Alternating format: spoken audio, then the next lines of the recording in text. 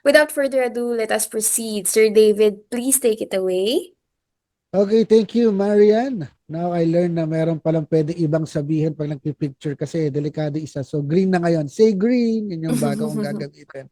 Now to hear Yes. the calls of our participants, both on Zoom and on Facebook live stream, we will open the floor to questions, reaction, and takeaways that we want our panelists to address. To ask a question or share a comment, you may raise your hand if you'd like to speak and we'll call on you to unmute or type your questions or comment in the chat box. And Marian or I will read it for you. Once called, please unmute your microphone right away. Introduce yourself by stating your name, organization, school, or location, and clearly state your question and mention who it is directed to. Rest assured that we will take as many questions as time permits following a first come, first served basis. So let's get the conversation started. So may mga tanong ba? Yes, Miss Tessa. Go ahead. Yes, good morning, good afternoon, everyone. Good. Tama, yeah, this is a very good session, no? In fact, tama-tama yung natamaan ako yung sinabi ni Vicky kasi I grew up in the city.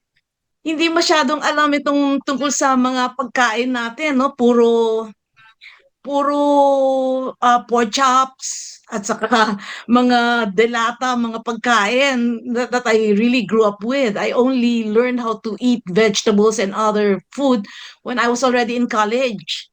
Talagang with friends na mag-imbita sa bahay nila at gumagawa ng sinigang. Yung mga ganyan. So, talagang maganda to. Meron lang akong mga ibang questions. Like for example, may sinabi si Mr. Mr. Loy about SRI. Ano po ba tong SRI na parang nakakatulong? Tapos gusto ko itanong yung tungkol sa aromatic rice kasi when we had a session before, ang sinabi, yung iba-ibang klaseng rice, pare-pareho lang daw yan.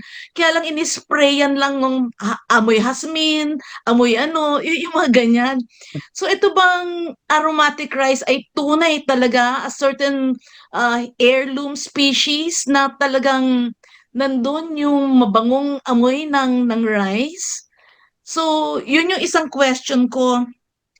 Tapos nakita ko din na madaming magagandang strategies, no? Paano natin 'to mapapa how can we spread this out para talagang yung ating buong Pilipinas ay will really go into organic and local markets using our local food. Yung mga ganyan, I think this is what we need right now, no? With things that's happening. So, paano natin 'to magagawa? So, yun lang ang mga questions ko. Thank you. Maganda yung inyong mga lectures at saka discussions. Thank you. Sasagot na po ba? Ay, Yes po. Sige Go po. ahead Okay, po. okay. Yung SRI po ay systematization of rice intensification po. Ang ibig sabihin po nito ay sa wikang magsasaka, tinatanim namin yung aming mga pula 8 to 12 days lang po. Tapos isa-isa siyang tinatanim. Kaya nakakatipid ka na sa binhi mo. Gumagamit lang kami ng 5 to 8 kilos per hectare kung ang SRI yung gagamitin mo.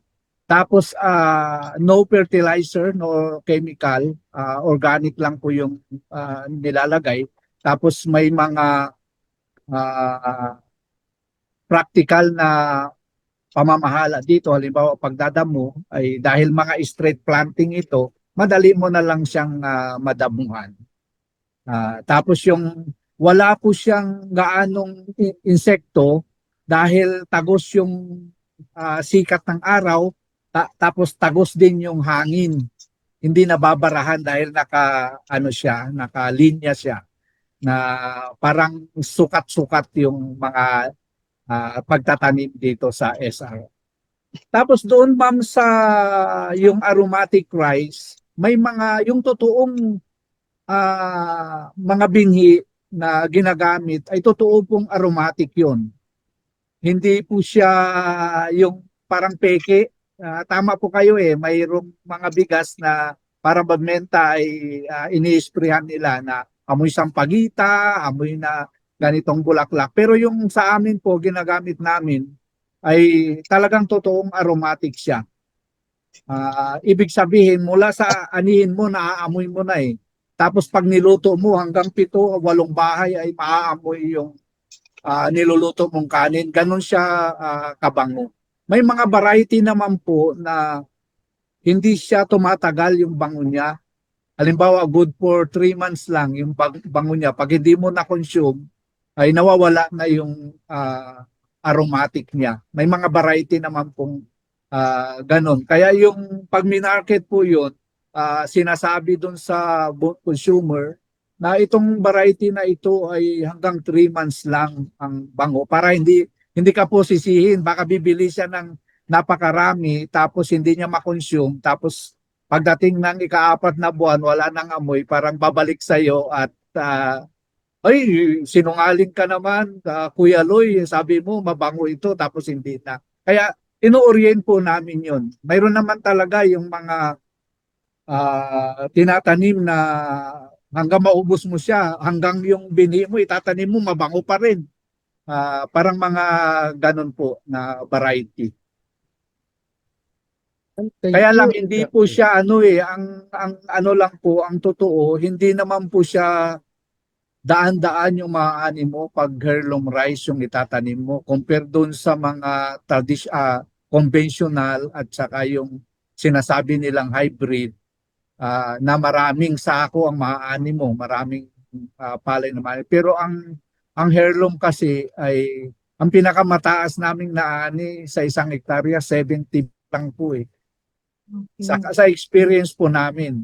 Pero pagdating sa kwentahan po, yung kukwentahin mo yung kita na ay mas kumita kami kaysa yung umani ng 120.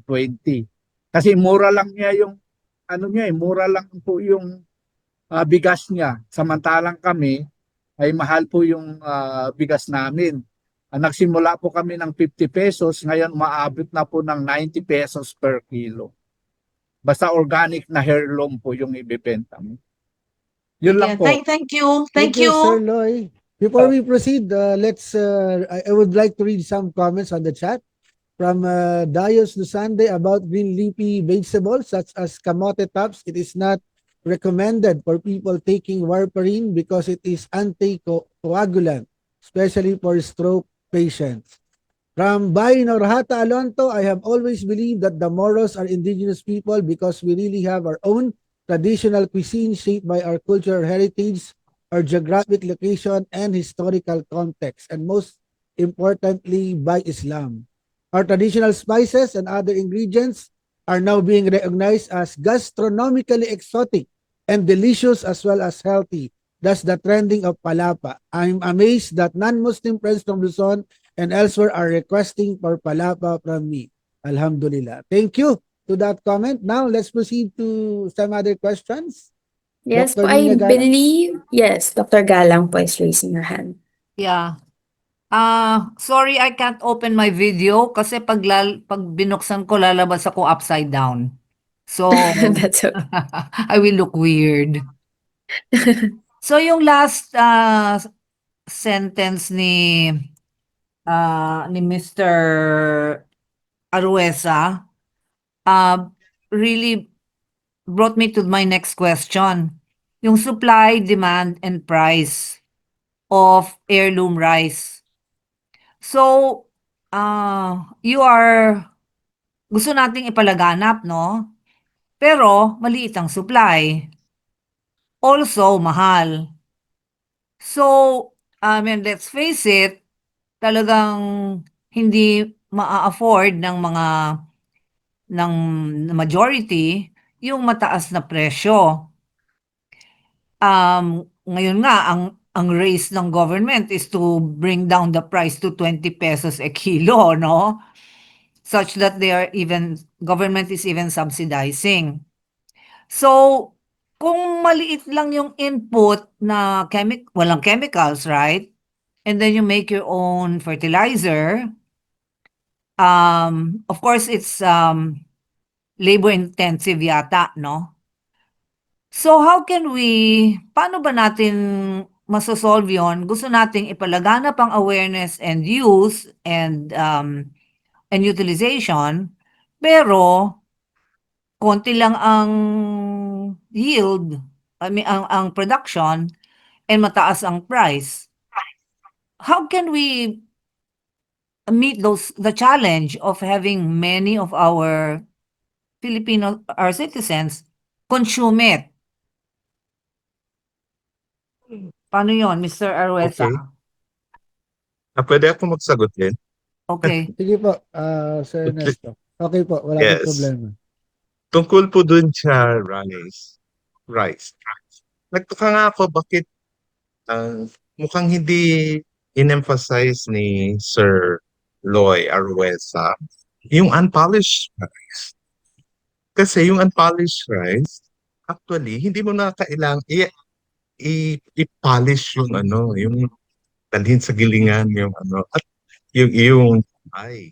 Pagkatapos, mas malaki po ang recovery ng iyong rice to palay Di pa sa nalilinis. sa unpolished rice. Tapos yung unpolished rice, yun yung tinatawag na complex carbohydrates na magtutulong talaga sa lessen ng sugar sa katawan natin. Kaya nga, itong promotion ng indigenous food ay uumpisa talaga sa rediscovering. Yan ang ginawa ng aming diocese. In-explain sa amin kung anong mga epekto sa katawan yung kain ng mga dati nating pagkain. Ang unang step actually, nag-grouping kami sa aming sa aming session, 'di ba? Gin-group yung mga matatanda, mga 60 years olds above, pagkatapos yung 60 years old to 50 years old, yun, according to age bracket. Tapos tinanong kami kung ano ang mga conditions ng mga unang panahon sa ngayon, ano ang mas common ng mga sakit, kailan namamatay yung tao nung unang panahon. At doon namin nakita yung ang laki pala ng diferensya ng health ng mga tao nung unang panahon na hindi pa uso yung polished rice na yan. Tapos ang kinakain natin is almost yung mga indigenous food. Ano ang mga sanhi ng pagkamatay ng mga tao nung unang panahon? Compared sa, diba? Kitang-kita na natin, lumalabas na yan sa Facebook, sa ating mga medias, na ang prevalence ng hypertension, diabetes, cancer, and everything is the result of our food. Oo, yan ang isang malaking factor. Kaya siguro, pag diyan tayo magsimula, yung pinaka-basic, makukumbinsi natin ang mga tao na mag-shift. Pagkatapos yung problema ng na price, pag nakita yung demand at mataas ang presyo ngayon ng mga unpolished rice, sa mga ganyan, mga indigenous, actually ang mga producers, diyan sila makukonvince na kailangan din shift sila. Di ba? Supply and demand rule ng economics. Yun lang po.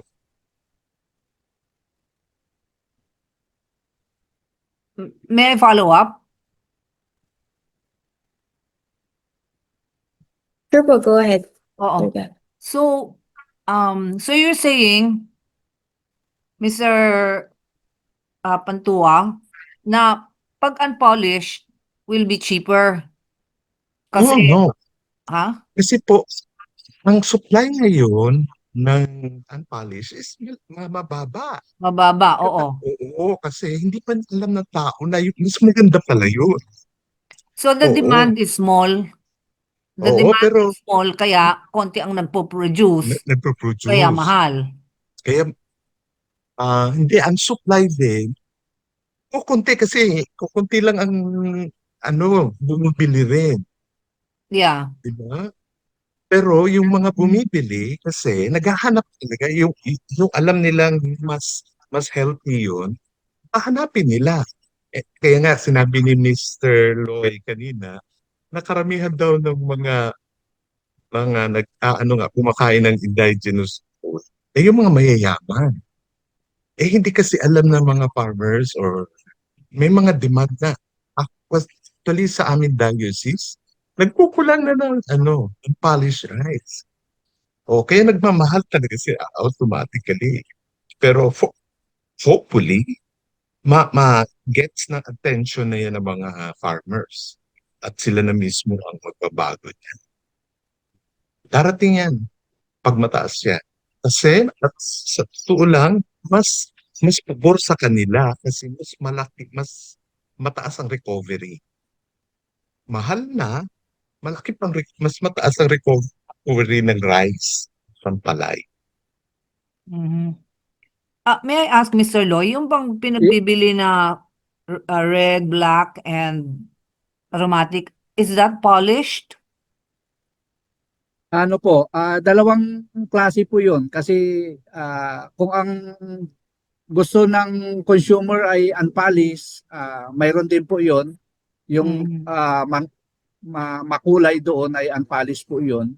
Tapos may machine po kami na ginagamit para sa unpolished. Mayroon din po doon sa polish kasi may mga consumer naman na gusto nila ay polished rice yung Mhm. nila. Yung black nagiging violet pag polish rice. Ganun pala yun. Mhm. Opo, ang sagot lang po ma'am doon sa ay yung sa presyo.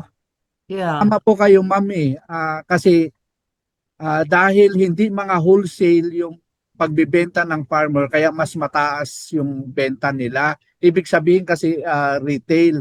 Pero pag may mga grupo talaga na parang businessman na kukuha ng mga ani nila na sabay-sabay yung bultuhan ay magiging mura po yung presyo nito. Yun ang isang tingin namin na dapat may grupo na kahit hindi nagtatanim ay buyer sila tapos sila yung mag-sale. Kasi ma'am, yung farmer hindi niya pwedeng kailangan niya kasi bulto mabili ka agad dahil may mga babayaran siya, may mga anak siyang nag-aaral, may ibang gastusin yung pagtatanim ulit. Kaya ganun po. Pag retail lang po yan, kaya nagiging mahal. Aha. Tapos yung wala siyang institutional buyer na kaya hindi siya nagma-mass production. Mm. Yun siguro ang tignan natin para mas ma-promote natin ng mas malawakan. Yeah, okay. Salamat Pwede, po. Opo. pwede Mayroon ako din po mag-comment? dagdag ma'am sa Bulacan po, mayroong isang kooperatiba doon na malawakan yung pagpo-produce nila ng heirloom rice kasi yung kooperatiba pag-ani ng farmer, siya yung lahat binibili niya at siya yung kooperatiba ay siya yung nagbebenta doon sa mall kung saan sa Manila. Yun ganun po kaya medyo maramihan na po yun. Kaya medyo mura po yung presyo nila doon. Pwede mag-comment? Go ahead po. Sige po, go ahead. Yes, sa diocese namin, sa Diocese of Marvel, actually yung aming Diocesan Social Action Center, ini-encourage na nila yung mga farmer na mag-organize. Tapos sila mismo, yung social action, magbibigay sa kanila ng rice meal para magawang unpolish yung kanilang palay. Pagkatapos, yung Diocesan Social Action din, ang bibili na ng kanilang rice kasi nga nagkukulang na ang brown rice sa mga farmers. Sa mga farmers, consumers. Dahil nga unti-unting na-educate na sila kung ang difference ng unpolished sa pan. Kaya yung simpleng lang noon, yung i-educate natin yung mga tao kung ano ang diferensya ng unpolished sa polished, malaking bagay na yan. Mhm. Oo. Nakikita ko na sa tulong din ng ating simbahan, hopefully tuloy-tuloy ito para talagang ma-increase natin yung yung awareness, pagkatapos yung supply ng unpolished rice. Malaking tulong na yan sa farmer, sa kalusugan, sa kabuhayan nila, higit sa lahat ang kalikasan. Kasi pinopromote rin ng aming diocese yung organic farming. Yun lang po. Thank you, Sir Ernesto. Susuga ko lang din ng konti before we proceed to the next question, no? Kasi I have experience on eating an unpolished rice, no? Medyo mahal nga siya, kaya lang, pag tiningnan mo, yung consumption mo, mas konti dahil madali kang mabusog, saka mas healthy siya. Kasi we don't, some people are considering yung price lang eh. Mas mura, so bibili ka ng white rice. The problem is, white rice is actually more sugar, kaya nagkakaroon ng only rice eh. Kasi it entices your appetite to eat more. Unlike sa unpolished rice na yung health nutrients talaga niya mas marami. Yun nga lang, sabi ko nga kay Mrs. dito kanina, if we consider more on health value, mas nakakatipid ka sa unpolished rice kasi mas nagiging healthy ka, mas makakaiwas ka sa gamot and hospitalization. So, yun lang. Just Precisely. adding something to it. Thank you for that very eye-opening discussion. Next question Yes. from Ma'am Maribilla Agaraw. Go ahead.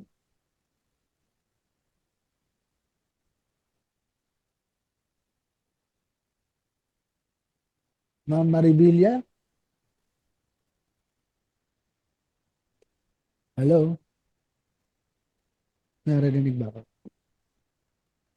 Yes po, Miss Marivilla Agaraw, you're raising your hand po. You're recognized. Thank you po. Yan po, sige po. Okay, isa lang naman po ang tanong ko. I for one, I am also into organic foods.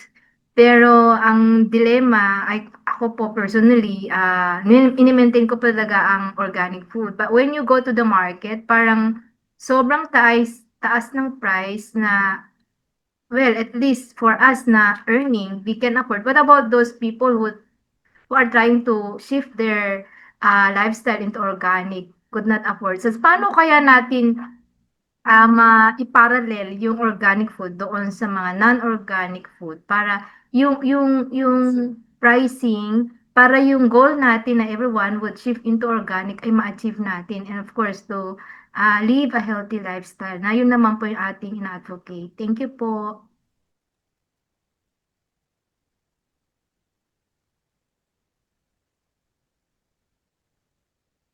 Yes po, thank you po. Sorry. I think that's, Meron po ba tayong, for yeah. example, bill on how to regulate the pricing of the organic para abot kaya din po ng masa? Something like that po. I think that's a Thank you. very good question, no, Ma'am Yes. Maribilla. Anyone from our two speakers who would like to answer the question? Okay. At pwedeng sumagot? Yes po, Actually, go ahead.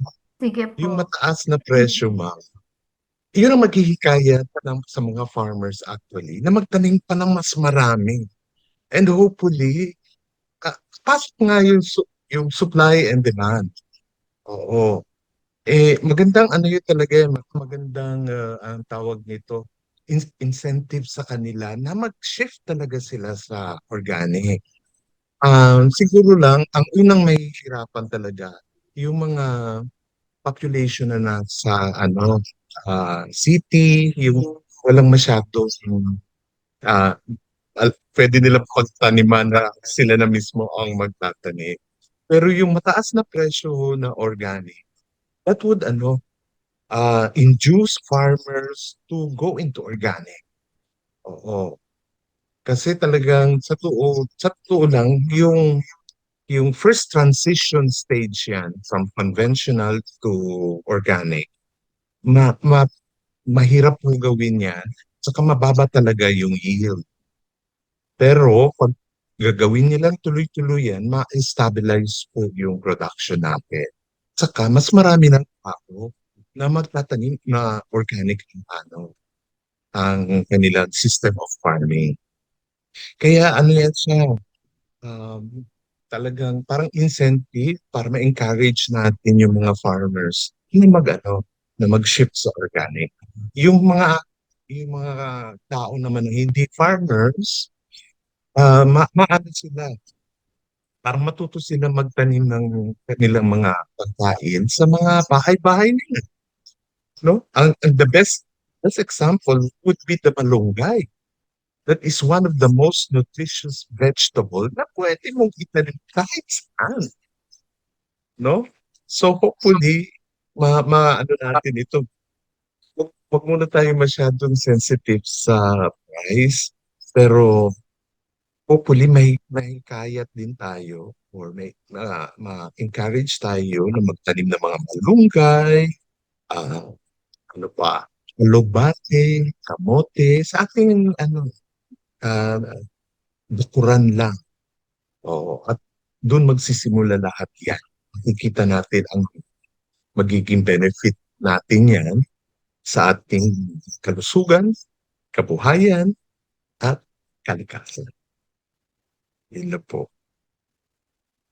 Salamat po. Pwede sumagot po.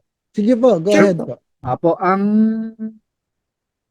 yun sa bill para i-regulate yung price, mukhang wala pa, no? Ang sinusunod lang talaga yung law of supply and demand. Tapos yung gobyerno kasi mahina talaga yung support niya sa mga sa organic program. Yeah. Halos katiting lang kung ang support niya compare mo dun sa conventional farming. Halimbawa, nagtatanim ako ng organic rice, wala naman akong nakukuhang support sa gobyerno. Bukod lang dun sa mga machinery ng binigay nila sa grupo, pero wala kang nakukuha na binhi or pera or fertilizer, organic fertilizer. Wala kang ganun. Kaya burden yan lahat sa magsasaka ng organic, kaya nagtataas talaga yung ang presyo. Yung sa diocese nga namin, ang hamon namin, doon sa mga gustong mag-organic, makipagkasundo sa mga farmer na nag-organic, tapos magkasundo sila, ano ba yung kailangan mo, yun ang itatanim namin. Sa simula pa lang, magkasundo na tayo sa presyo. Yung hindi ka lugi bilang consumer, hindi rin ako lugi bilang producer. Naalala ko pa noon ang kausap sana namin yung artista na nagmadre, si Chin Gutierrez. Hindi lang natuloy yung taga Novaliches pa siya noon, ay gusto niya yung ganon. Kami yung magtatanim, sila naman yung kukuha, pero talaga siya, indigenous food at saka organic. Kung sa diocese sana may mga ganon, halimbawa pare o obispo na ang kakainin niya ay puro organic, kundi sabihin niya sa isang farmer, magkasundo tayo, parang mga ganon. At saka sa iba ring grupo, lalo na nasa city, ay baka pwede yung mga ganong partnership ba. Yun lang po. Thank you. I think Bain or Hata would Yeah. like to share something. Go ahead. I'd like to introduce a magic word relative to what Loy has said about lack of support, or maybe the support is not enough from the Philippine government. Why don't we ride on the trending interest of the Philippine government on the $1 trillion halal industry? Because when you talk about organic food, you're talking about halal food. Because many of us don't understand that halal does not only mean the absence of pork. Halal means the preparation and everything that you use from the planting until consumption is halal. Halal means legitimate, allowable. In other words, walang ginamit na toxic ingredients, fertilizers, blah, blah, blah. So, the magic word is halal. Kung gusto natin ng Philippine government support, why don't we participate in the DTI focus on halal industry? Pwede natin gamitin yon. I'm just giving the idea because it's trending and it's really all over the world. The trillion-dollar industry is now here in the Philippines. So siguro, regardless of religion, regardless of cultural tribe, let us take advantage of that. Yun ang sa akin. Kasi kami na mga Muslim, wala kaming problema sa organic eh. Kasi pag halal, ibig sabihin organic. But not all organic are halal. Yun lang ang problema sa amin. So, I hope I can elaborate more, but baka it's not good to monopolize. Gusto ko lang isuggest sa ating lahat na mayroon tayong magagamit na government program, yung halal program ng DTI. It's being led by the DTI and the Mindanao Development Authority and the National Commission on Muslim Filipinos. So there are no boundaries, no religious boundaries. In other words, regardless of what religion you have, you can take advantage of the program. Thank you, David. Yeah, thank you, ma'am. I-check namin yan sa DTI. Oo, Maganda Loy. yan. Yeah, Opo, Loy, opo. please Opo, do yes, that. yes. Thank you, ma'am. Thank you, ma'am. But before we proceed to the other questions, I'll just like to bring forth a question online from Richard Rojas Alfaro. What are the aromatic rice seeds that are available today daw po? Question from Facebook. Pardon. Ano pong tanong niya? Ano daw po yung mga available na aromatic rice seeds ngayon? Baka siguro gusto pong magtanim nito. Baka pwede niyong bigyan ng recommendation. Thank you. Ang available sa amin yung CL3 lang po. At saka yung Kalibo, parang ganun, Kalibo. How would people contact you pala if they want to like avail of your seeds like that? Ilagay ko po yung number ko na lang po muna. Tapos i-refer ko doon sa organisasyon. Okay, we'll just post it I think on the chat Opo. comment section also online. Opo. Thank you, sir. I believe Marian Mila is raising her hand a while ago. Yes po, Miss Miles, you are recognized po. And then after Miss Miles, I believe Dr. Galang also raised her hand. Yes. Yeah. Miss Miles po muna, let's go. medyo nawala na sa usapan. But anyway, I was about to say that probably the reason why some people don't like to eat or to take brown rice, based on my experience with the other members of the family, they find it parang medyo matigas, and then it's difficult to cook, ganon. So there's actually a method to cook it in such a way that it will really be very good, no, and tasty. So it takes time for you to know the method of cooking it. So yun. Tapos yung second, although napasada na nasabi na with regards to the cost of organic, primarily because of the labor. It's labor intensive, and of course the demand is also higher. Although because of the cost din, mas kakaunti ang bumibili. So it's really more of encouraging people also to do their own gardening or planting their own vegetables to ensure that it's really organic.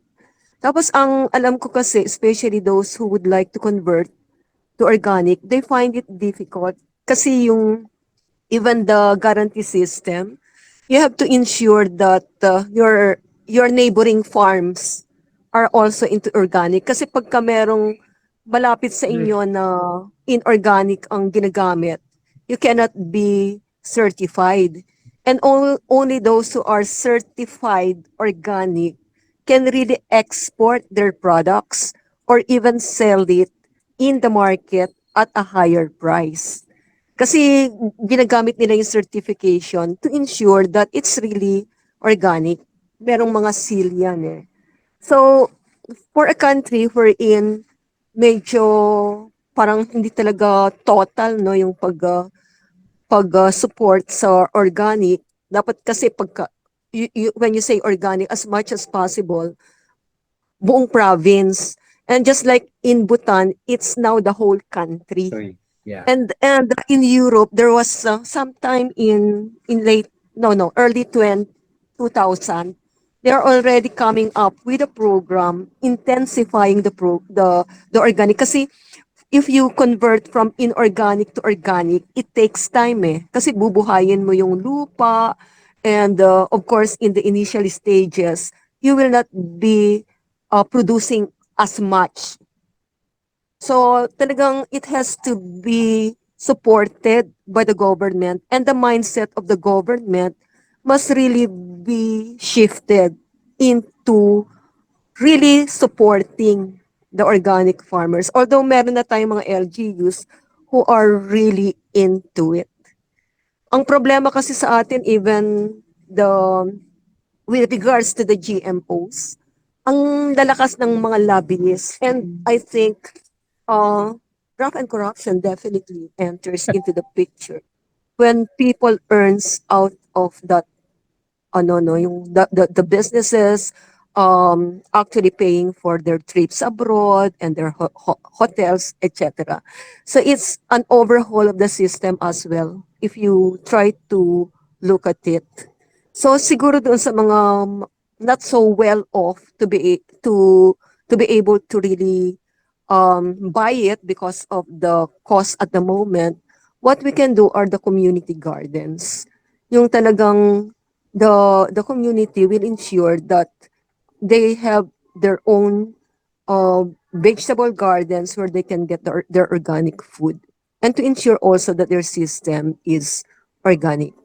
Mag-start ka sa how to do organic fertilizers, vermicomposting, and talagang tututukan dapat yan ng DA. Kasi yung DA, they are supposed to be doing that eh. But unfortunately, the DA, may mga consultants sila who are pro-GMO and are actually, I don't know, no? Ano sila ng mga fertilizer companies. They are also supported. Okay, so yun lang siguro. That's all I can say at the moment. Thank you. Thank you to the knowledge shared to us by both speakers. Kahul, kind of worms out there. Grabe. Marami-rami pa talaga tayo kailangan resolvehin. And with that, let's recognize Dr. Galang, who is also raising her hand a while ago. Well, I was just going to comment after by talk nung sabi niya all halal is organic. And so it's a very good idea that we support that bill if that bill is coming in. And really, where can we get halal food regularly? I know there are some packaged foods which have the halal label. So, but hanggang dun na lang ba yung halal that are available to us? That's number one. Number two, siguro we can have another session on these different kinds of healthy, organic, but culture-based foods. Hindi ba? Many times yung ating mga indigenous, mga cultures, for example, Ilocano food na local, usually they're more healthy, they're more natural. Baka we can have a session on different kinds of culture-based healthy foods, no? Pero yung sinasabi ni Mila, tama yon. I think the government has to support healthy eating. If they can subsidize many things, I think this is one thing that they can subsidize. Like pag ang farmers mag-shift to organic and there's a transition period na mababa ang yield, baka that's when the farmers should be assisted. And that's one way of encouraging. And tama si Mila, sometimes they even promote unhealthy GMO foods. And we have seen that um, some years ago. So yeah, maybe tama nga si um, Mr. Loy na awareness raising is so important for the system to be changed slowly, little by little. Thank you. Thank you, Dr. Galang. Um, Ayun. May isa pong question actually dito sa chat box. Baka po masagot ng ating speakers. Ano raw po ba ang kahulugan ng indigenous foods sa context ng indigenous knowledge holders? Baka po masagot natin.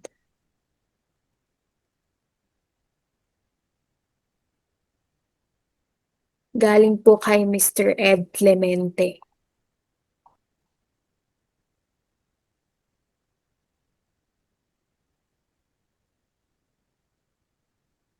Ma'am. Yes Yun, po. Go ahead. para sa amin, yung indigenous food kasi, healthy food siya eh. Una-una, yung mga katutubo, hindi naman talaga naglalagay ng mga chemical yon. Kaya, tapos yung kanilang pagkain ay native, ibig sabihin, tumutubo lang or doon sa kanila. Hindi siya GMO, parang mga ganon, hindi siya galing iri na mga binhi, kundi doon mismo sa community nila. At ang tawag dito sa amin sa mga Aita, ang tawag nila ay survival food. Pag indigenous food, ang kahulugan sa kanila niyan ay survival food. Yun yung pagkakaintindi namin at pag sinabi mong indigenous food. Amin Thank you naman, po. Sige po.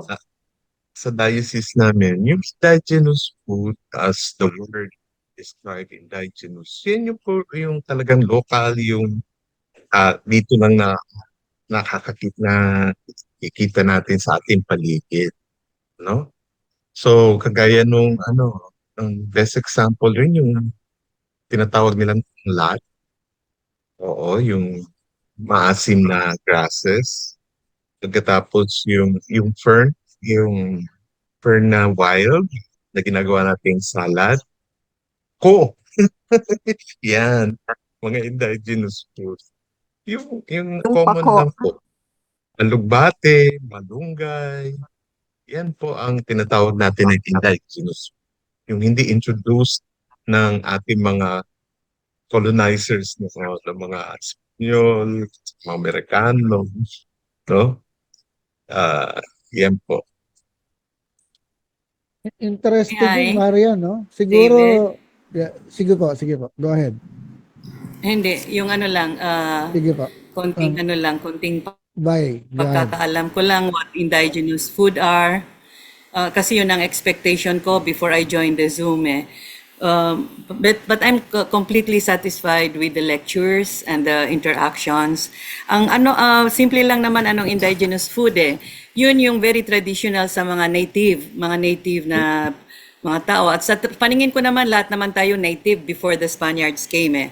So kung ano yung traditional na kinagisnan natin ng mga pagkain, yun ang indigenous food. They are often shaped by our cultural heritage, by our geographic location, and by our historical culture. So kung ano man yun, katulad namin, I mentioned palapa, I think you read my comment. Yung palapa ngayon, mga non-Muslims are already eating it. It's composed of spices that you can only find in our area.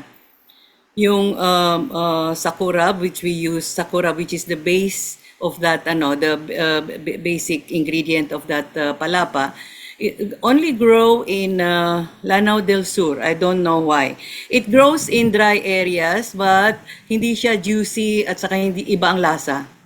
So that's what I mean na native doon sa mga tao, yung mga ingredients at saka mga products na kanilang pina-farm. Like even the rice, may mga areas na yung rice maganda ang tubo, sa iba naman hindi maganda ang tubo. So these are what we call indigenous food. Yun ang pagkakaalam ko. I'm just sharing it, David. I think tama naman yun, no? Thank you, Bay Narhata, no? As I was saying kanina earlier, Marian, siguro isa sa very interesting, I don't know if there's already a book na mga recipe on indigenous food kasi it will be very interesting, no? Kasi one of my problems, for example, meron akong garden dito, itatanong ko lang kung meron ba may alam na recipe para sa alugbati kasi yun yung isa sa problematic ko na hindi ko alam paano ko lulutuin other than sinasama ko sa salad. So yun po yung question ko. Meron bang iba pang luto doon para sa mga nag-aalaga po ng mga alugbati, ganyan?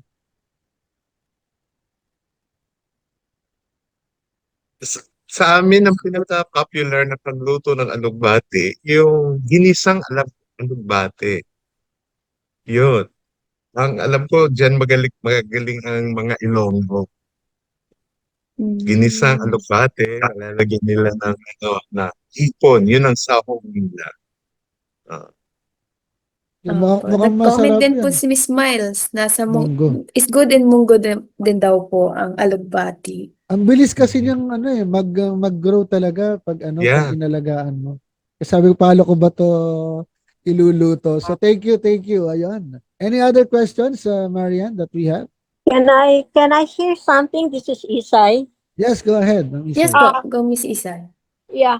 Kasi I used to plant organic rice dito sa Bulacan, and I tried it. Kaya lang I was a failure kasi yung mga neighboring farms ko ayaw mag-cooperate. Ang mga insects nila pumupunta sa akin, hindi, at saka I found out na meron silang padrino sa kanilang fertilizers na chemical. Yung padrinong yun, from generation to generation, yung mga ama nila na nagtatanim ng araw, doon kumukuha.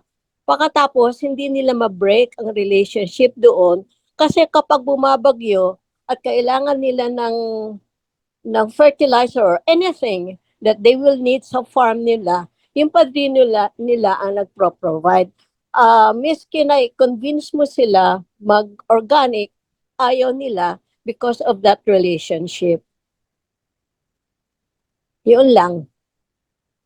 Kaya siguro mahirap mag-organic farming, although it's not expensive talaga, dapat hindi mataas ang presyo kasi hindi naman sila gumagamit. Ang organic farming naman hindi naman expensive kasi walang chemicals na ginagamit. Everything is natural. Nanggagaling sa mga puno, nanggagaling sa mga waste natin. Dapat hindi expensive yon. Yun May lang. May sagot lang po ako. Sige. First, dun sa comment mo po sa rice, kung talagang may neighbor ka na inorganic, may hirapan po, lalo na po kung irrigated, pareho yung tubig Yes. na ginagamit niya, ginagamit mo na hirap ka maging organic. Pero, yung mataas na presyo ng organic, actually, that would help us convince other farmers to go into organic. Oo. Kung babaan pa natin, organic yan. Sinabi mo na maliit ang yield niya, etc. Kung hindi pa mataas ang presyo niya, lang ang magiging no? Mas mahirap po yun. Kaya kung ako po, talagang ang bigyan pansin ng ating EA, yun lang, yung nga sinabi niyo, baka may connection sa mga gumagawa ng mga fertilizer, etc. Dapat talaga i-promote natin yung health effects ng organic sa mga tao. Pagkatapos, hindi lang sa kalusugan, kabuhayan nga, dahil mas mura, at saka yung kagaya sinasabi ni Sir David kanina, kumakain tayo ng brown rice or unpolished rice, mas madali kang mabusog. Oo, mas kukunti yung iyong bibilhin na rice. Kaya yung mas mataas ngayon na price ng organic, sana tuloy yun para ma-convince pala lalo natin ang mga farmers na mag-get into organic. Yun lang po.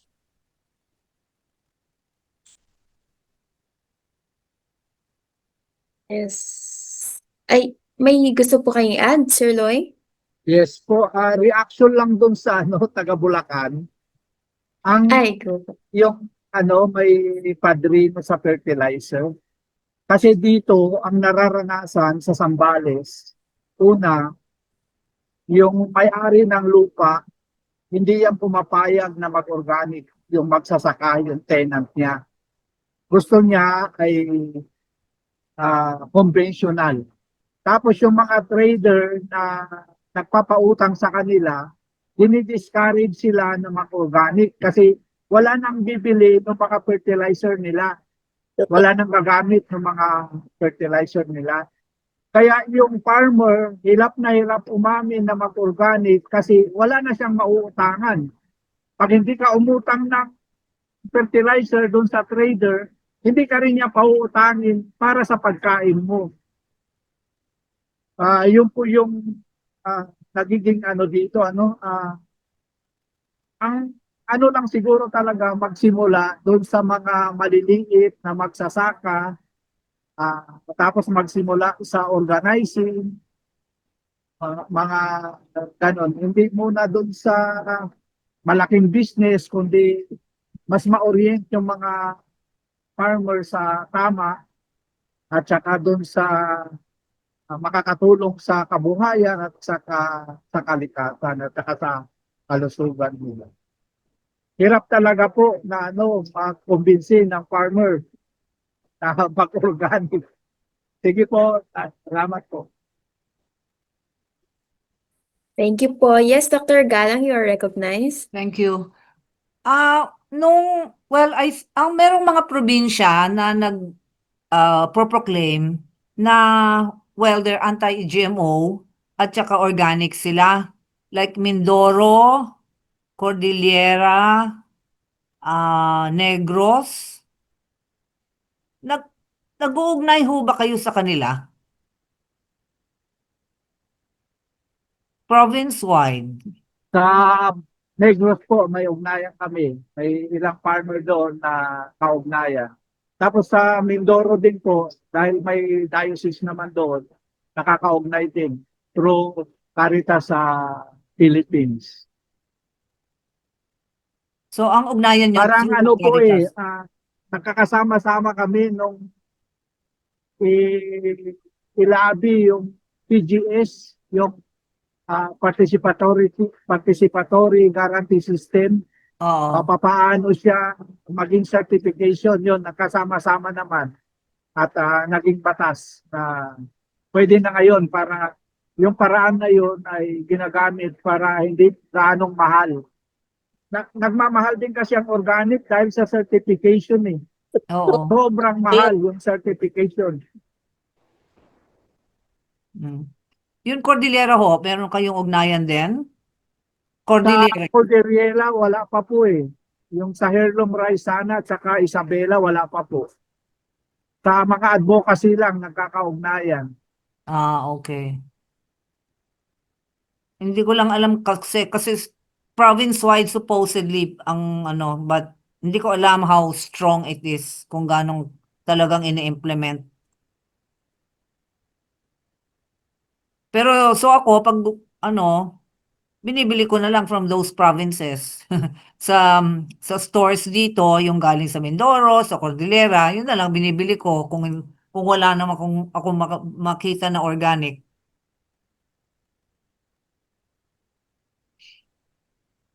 Alright. Thank you. Miles? Miles? Yes, Miss Miles. Yes, Miss Miles, you're recognized po. Okay. Yeah, I was about to say kasi sabi ni Sir Loy, yung mahal yung certification. I think there is a participatory guarantee system among farmers to make it lower. Actually, yung certification din ang nagpapamahal sa organic. Kasi mahal siya, lalo na kung companies ang gumagawa like R1, it's so expensive. Pero if you have your group there, the trained farmers who can do the certification, baka mas mura. If we can lower it. At saka yung sinabi ni Dr. Galang, if you make it province-wide, for example, then the certification would be province-wide. The farmers don't need to go through it as individual farmers. Yun lang siguro ang masasabi ko. Thanks. Sana nga kung buong country, like Bhutan, i-declare mo ano ka, organic lahat. You don't need certification anymore, no? It will lower the cost of organic food. Thanks. Napakagandang discussion, Maria, no? Very interesting, and I think we really need to solve a lot of issues, especially when it comes to policy structures, government programs, and how we view food Yes. production. Sabi ko nga earlier sa chat box, no, parang ang tanong, isa sa problema ng tanong, why do we produce food, no? Kasi most of the time, I don't know if everyone would agree, the production is we're producing this because we want to sell. We want to earn from it. Makokonti lang yung nagpo-produce ng food kasi gusto na yung makapag-provide ng pagkain sa aming lugar, sa aming baryo, or sa mamamayang Pilipino. Ma'am Tessa, go ahead. Yes. Actually, this morning I just received a text message, an email from Rappler regarding the State of Nation address of the President. They were asking if there are any comments that we want to input or give regarding yung SONA. So maybe, ewan ko, I was just thinking, kasi this is such an important issue, I think, because it concerns the health of people. Maybe we can somehow give this comment para DA really starts thinking about it, and para iangat talaga yung itong organic agriculture dito sa Pilipinas and buying local. Yung development mag-umpisa dito sa loob sa atin, hindi ba? Talagang change of development paradigm. So, I don't know if I can get some items here in our Kamayan and then put it in the Rappler email. Well, anyway, that is something maybe I can look into. Sige, thank you. Thank you. Thank you for sharing that, Miss Tessa. Do we have any more questions po, Sir David? Mukhang Maybe we wala can- na po, no? Maybe Even we can write a paper and then send it as a parang proposal of this session. Pwede ba yun? David, Agreed. David, I think that's possible. I do Dr. agree Yes, po, yes, ma'am. yes, David, Bai. David, the lady who said that she got a text about the SONA, that's a very good channel. Yeah. In other words, she herself can already comment. I mean, make a proposal, even if there is no manifesto or there is no position paper from this group. But maybe pwede rin na green convergence ang gamitin niya. Yeah. Green convergence ang gamitin niya. Kasi that's the shortcut eh. I've been in the office of the president kasi before, 2-3 times. So, I mean work. I was working with them. That's the shortcut eh. Nakaka-shortcut ka pag SONA if somebody really offered you the channel. So, go. Because usually it's the agencies that are being asked by the office of the president. But I'm glad there is an opening for our group. I mean, for this particular Zoom group. Pwede siyang vet ng whatever she has gathered from this particularly on the lowering of the prices of organic food, farming and all. Dun makakatulong siya. Tessa ba yun? I'm sorry Yeah, kasi hindi si ako Ma'am Tessa. I was praying. Our executive director. Thank you, for David. food Thank you. convergence. You're welcome po. I think that's from Rappler, right? So probably they would be coming up with a consolidated feedback on the SONA, not only on agriculture and environment, but also on other issues. We don't have any questions naman from online except for uh, uh, somebody asking if you are conducting trainings and everything. So yun po, baka po yung dalawa nating speaker, you could tell us how people could reach out to you if they would ask for trainings, support, and assistance.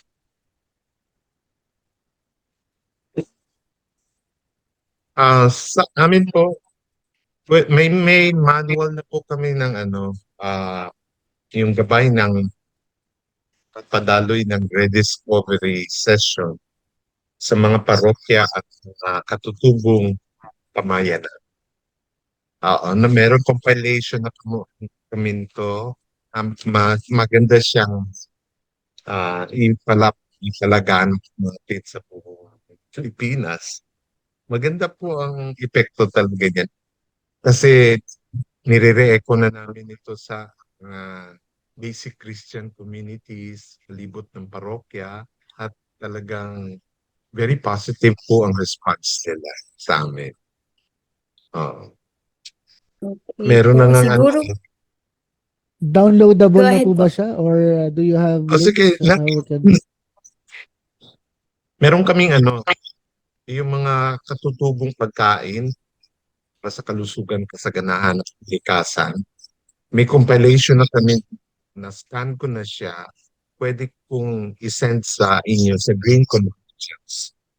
Yeah, that would be very, very helpful, no? So that everyone would have more knowledge and shift their lifestyle and paradigm about the food they eat. Kasi importante, sabi ko nga, mas importanteng healthy ka kasi mas makakatipid ka sa gamot, di ba? Mura nga yung kinakain mo, pero pag na-hospital ka naman, nako, parang 10 years nung pinagtipid mo sa pagkain. Pilipino po to. Kaya maraming makakain. That's good, that's good. Sir Loy, kayo po ba? May mga gusto magpa-training or other assistance sa inyo? Paano po nila kayo marireach? Doon lang po ba sa number po ninyo? Or do you have social media pages? Ay, Naka-mute. nakamute po kayo, Sir Loy. Tapos sa Yan. Social Action Center of Zambales, pwede naman silang tumulat kung may gustong magpa-training tungkol sa organic or heirloom rice, yan ganyan.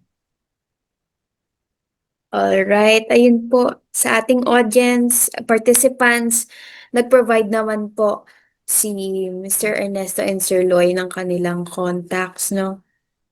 In case you want to reach out to them. Ayun. I think Ayan po yung yan. email. Ayan po, Ernesto nag-provide po Pantua. yes. Ilalagay ko Ayan rin po. sa natin. Pakilagay na rin siguro as comments sa live video natin. ernestopantua@gmail.com. At gmail. Yes. So, Alright. Parang wala na. So, yan. Thank Yes. you everyone for that meaningful exchange of thoughts and ideas. And thank you, Sir Ernesto and Sir Loy, for enlightening us through your answers. I think for my main takeaway, kasi I've been reading rin online, checking it out, kasi I'm more familiar with parang agroecology. For me, one of my takeaways would be probably we should look into integrating the whole of agroecology approach, organic farming, kasi I believe organic farming is just part of agroecology. Pero if we could implement agroecology into the organic farming itself, it will be a lot meaningful and it will be a lot healthier for the planet and for the soil. Kasi the problem is people are so concentrated about the price.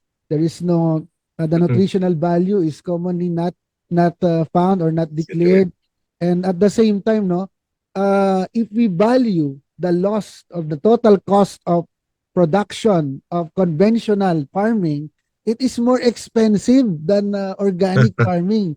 Kasi the environment, the cost of the environment, biodiversity loss, the soil degradation, it is not being calculated onto the cost. So that's the main problem. So we should, the government should try to look into the totality of the cost of organic or agroecology farming vis-a-vis the conventional farming. So I think we have learned a lot from this, and hopefully, no, we could encourage more people and support the likes of Sir Loy and Sir Ernesto into mainstreaming this, because it is not only a food issue, sabi ko nga, it's also a health issue and an education issue, because we cannot be healthy. If we are not healthy, we cannot be educated, kasi magkakaproblema yun. So mahalaga ang pagkain. Ayun. So before we wrap up, Marian has some more announcements to make before we formally conclude today's Kamayan Forum. Go ahead, Marian. Yes. Maganda po yung mga sinabi ni Sir David, no, about food, health, and education's interconnectedness, no. So, all right, thank you, Sir David. Before we proceed, here are a few quick announcements. First, an important reminder about our evaluation form. The GC Secretariat will be sharing a link in the chat box, and it will also be flashed on screen. Please take a few minutes to fill it out.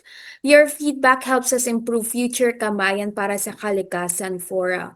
Second, for those requesting e-certificates of participation, I believe may mga nagchat po kanina about the e-certificates. Here's what you need to do. First, you must have been actually present in today's forum, not just pre-registered. Second, you must submit a completed evaluation form. Once these requirements are met, you can request already your e-certificate. And before we officially close, I'd like to invite you to become an official member of Green Convergence. If you're passionate about the environment and want to be part of a network of like-minded individuals and organizations, we encourage you to join us. The membership registration link has been shared in the chat box, and you can also visit the Green Convergence website for more details. And of course, we encourage everyone to be mindful of their carbon footprint. Feel free to use the Ako Ang Bukas Household GHG Calculator web app, where you can calculate your carbon footprint and find ways to reduce it. You can also be part of the bigger change by signing the Ako Ang Bukas pledge. Links will also be shared in the chat box.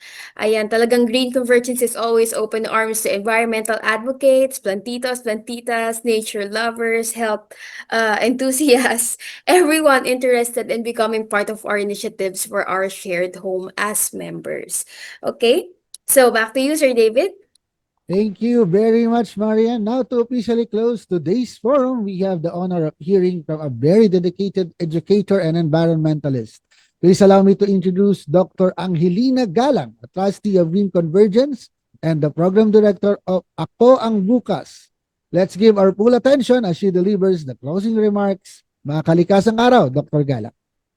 Thank you, David and Marian, for being such effective hosts. I'm sure you will be drafted into these roles very often. Thank you to Mr. Ernesto Pantua and Mr. Loy Arwesa for the very informative and interesting sharing, for giving us their time.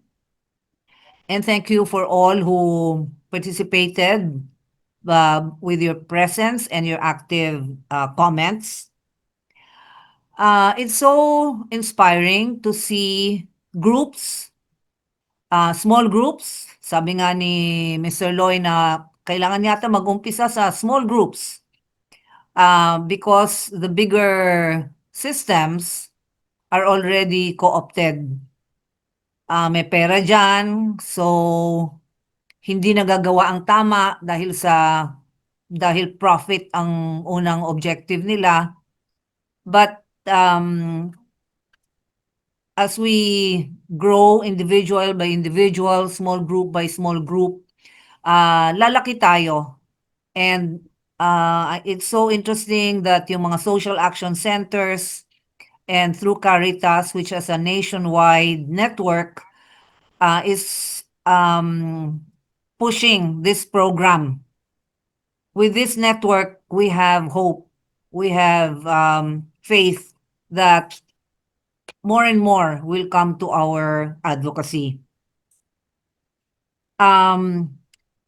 Si Vicky pointed out, and I think we all know, na yung kultura natin ay talagang altered already by globalization, industrialization, which means we are now addicted to fast foods, which are so unhealthy and so bad for the environment. Let me just give you an anecdote about my kasambahay. There were two, they came from Quezon. And nung tinanong ko sa kanila, bakit kayo pumunta dito? Meron naman kayong, buhay sa Quezon. Sabi nila, naku, wala ho kaming makain doon. Puro gulay at isda lang. Which is to us, the healthy food, di ba? So, ang kanilang dream of a better life is to have more of these modern fad and fast foods. So, education, as you say, is very important. Pero talaga yung nexus, yung interaction between health, livelihood, and environment, talagang it's very much emphasized in this notion of natural indigenous local foods. What is healthy is good for livelihood because there's more employment there and work there, and definitely good for the environment. Sabi nga natin yung isang principle natin, nature knows best. So, yung sinabi ni Bai na the cuisine, the diet of a place is actually develops from what is available in the place. Kung ano yung mga gulay at mga resources na sa paligid natin, yun ang na-develop na kakainin natin. And that is actually, those are actually resources from the ecosystems around us. So kung papatronize natin yung local foods, we're also keeping our environment healthy and natural. Yung katawan natin hiyang dun sa pagkain na nagaling sa ating environment eh. Yung ecosystem ng ating katawan hiyang dun sa mga pagkain at mga organismo na kilala ng ating katawan. So as we keep ourselves healthy, we're also keeping our environment healthy. That is the important environment connection between healthy food and healthy environment. Pero pag pinatronize na natin yung mga global food systems like fast foods, packaged foods, besides the health factor, ang laki ng impact niya on the environment.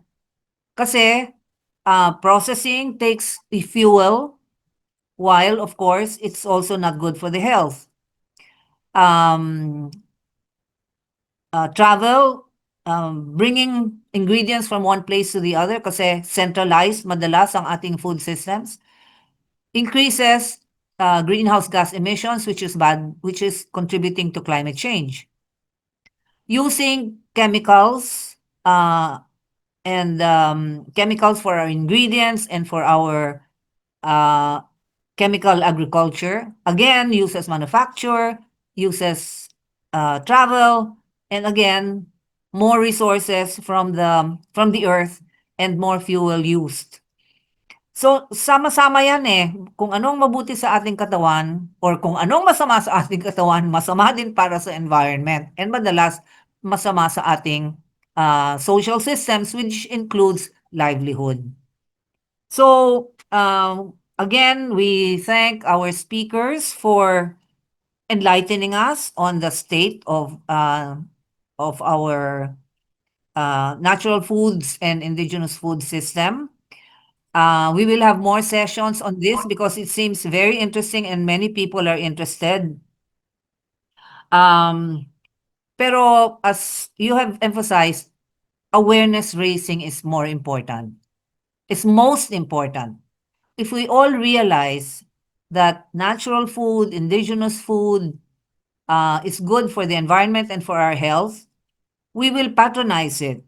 If we patronize it, farmers will be encouraged to grow, hopefully prices will go down, so more people will buy, so more farmers will plant, and more people will be healthy. So lahat tayo pwede tayong tumulong diyan sa awareness raising. That's so easy to do. We do it with ourselves. Let's start patronizing or, changing also our lifestyles. Ako, I must admit, I buy organic products, rice, meat, vegetables, but not yet unpolished. I buy white organic rice, but I will now try brown unpolished rice.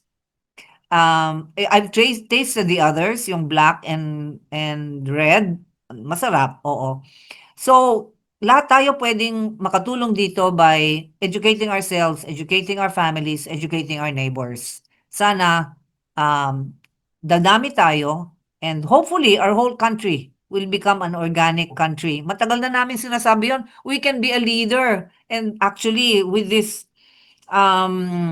trend in the world for healthy food, baka pwede pang maging center ang Pilipinas ng healthy food, no? And with our biodiversity, talagang there's much potential for interesting dishes and interesting foods from our different communities, from our Muslim brothers and sisters, from our Ilocanos, our Kapampangans, our Visayan, we can have a very interesting cuisine, very diverse, which will also contribute to promoting the biodiversity of our country. So again, thank you very much, everyone, for this very interesting and lively session. Good afternoon. Thank you so much, Dr. Galang. Sabi nga, no, ni Gandhi, be the change that you want to see in the world. So we can start it from now. Kung hindi pa natin ginagawa, pwede na po nating simulan yung pag-discover sa hindi lang sa mga organic food, kundi sa mga indigenous food na available sa atin. Sobrang interesting na naging session natin today. Hopefully, na rediscover nga natin ang indigenous food natin at ang status niya sa ating bansa. Sana mas dumami pa ang programs and projects natin to preserve this. It is so important to always have inclusive programs for our farmers and different farming practices. Yun, tama ba, Marian? Nabulol pa tayo. Yes. Tamang-tama po, Sir David. Saktong-sakto pa na July is Nutrition Month. We get to talk about our indigenous food. Last month, we talked about organic agriculture. Tas this month naman ay indigenous food. So talagang it's interesting so far to know that we have such broad and well-researched farming practices. It really does reflect how important it is to give value to the Philippines as an agriculturally abundant country, no? Na talaga sanang maalagaan siya closely, lalong-lalo ng ating farmers or yung ating small-scale farmers. So there we have it. Thank you very much once again to everyone who made this session possible. Thank you to our speakers most especially. So before we officially close, we'd like to remind everyone that our next Kamayan para sa Kalikasan Forum will be happening on August 15, 2025. And we are also very, very excited to inform everyone that our Green Sauna 2025 will be happening in Baybay Leyte, at the Visayas State University. So like and follow our Facebook page for more announcements regarding this very, very soon. So save the date. We hope to see you all again for another meaningful environmental discussion. Ay, hindi ko pala na-mention yung date. September 2 to 4 ang ating Green Sauna 2025. Ayan, yes. Hopefully, makasama dyan. Napaka-exciting palagi ng Green Sauna. And with that, on behalf of Green Convergence, thank you all for joining us today. Let us keep the conversation going. Share what you've learned, invite others to be part of the movement, and together, let's build a greener and more sustainable future. At mga kasama, huwag niyo po kakalimutan na kung may naiisip po kayong mga topics na pwede natin pag-usapan sa Kamayan Forum, you can message us on our Facebook page or send us an email via the website. We will be very interested to discuss about the issues. Kasi mas maganda po na meron din tayong additional inputs from everyone. So huwag kalilimutan, just reach out if you have a topic that you want us to discuss. Again, maraming salamat at mga kalikasang araw po sa ating lahat. Padayon, kalikasan.